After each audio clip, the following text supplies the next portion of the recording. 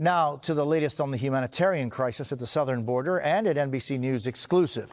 Two Homeland Security Department officials tell NBC News the number of migrants crossing the U.S.-Mexico border has risen steadily since the start of September, with the Border Patrol detaining more than 7,500 migrants on Sunday alone.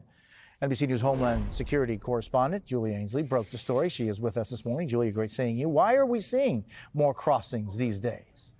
Well, Jose, typically the number of migrants does go up this time of year as the weather gets cooler, but this is a significant increase. The last time we have public data available is from July, when we saw about 4,300 migrants crossing per day. Now we're looking at 7,500. That was just on Sunday. That's the snapshot we have, but we're told that really that's been about average for the past week. And in fact, we've seen some reports of very large groups, almost near 1,000 at a time, crossing in the Eagle Pass area of Texas and that Del Rio sector. These are really small areas that have a hard time taking in that many migrants. 1,800 crossing into Rio Grande Valley. That's the kind of area they have the shelter infrastructure there. Those migrants can be processed in and sheltered and then find their way to wherever they might be going to the United States. But more remote areas, they are seeing a pinch. And especially you're already seeing street releases in Arizona and around San Diego, California. That's what happens when these areas get overcrowded.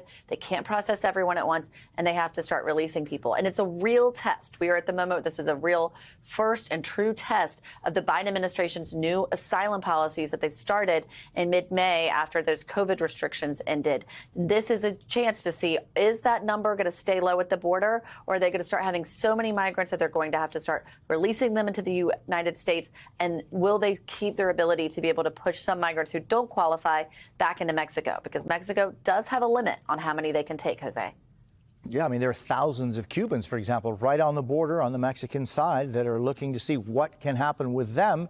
They're not getting an answer. And Julia, this comes as a new court filing reveals that children as young as 8 years old were being separated from their families while in Border Patrol custody this summer. That's right. This is from a court monitor appointed as part of this really a very old court case started in 1985. But it has to do with the way migrants are treated in immigration detention. And this is a pediatrician who went in this summer to a facility in Donna, Texas, and noticed that there were some children separated from their parents. Now, Border Patrol says this is done for safety. When they get to overcrowding, they don't want to mix certain populations. Like, say, there's a father in a certain pod who can't be in there with the young children. And so they start to separate these people. They might not want to put teenage boys in the same pod as teenage girls. They start to separate people out for these reasons that they say are based on past incidents. But what happened in this case, according to the pediatrician who filed this in court, he said that a lot of times these children and these parents had no idea how they could contact each other. But we have to emphasize this is temporary. They were reunited after they left this custody. It only lasts 72 hours at a max. This is totally different from the Trump administration policy of systematically separating over 5,000 families with no way of reuniting them.